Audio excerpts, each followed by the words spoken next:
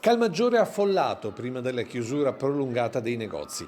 C'è sconforto tra i gestori per un periodo che per molti potrebbe essere fatale. Siamo chiusi fino a dopo Pasqua e qua la difficoltà è tanta nel sopravvivere proprio come negozi qua in centro, qua un po' dappertutto, ecco. Sacrificio necessario o sacrificio così grande da non poterlo affrontare?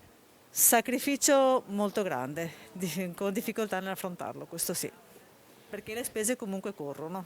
Una situazione comune per ogni settore merceologico. Non si può dire che non ce l'aspettavamo, ma si pensava magari a qualche soluzione diversa. Questa, che tra l'altro sono 3 settimane che potevano essere anche strategiche per il nostro settore, quello della moda, in realtà saltano. Quanta gente salterà? Per fortuna un numero non lo conosciamo, sappiamo che sono tanti, perché è indubbio questo succederà. Tutti cercano di resistere, ma la rabbia corre quando si tocca il tasto sostegno dallo Stato.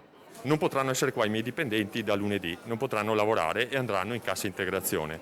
Solo i dipendenti privati, non possiamo toccare i dipendenti pubblici perché non possiamo toccare i dipendenti pubblici. C'è gente che va in cassa integrazione da un anno, la politica, nessuno mai si è ridotto uno stipendio di €1 per contributo di solidarietà, lo Stato ci dia almeno una defiscalizzazione degli oneri dei nostri dipendenti che teniamo a cuore.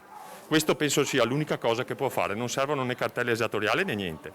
Defiscalizzate gli oneri contributivi delle persone che noi teniamo, basta pochissimo.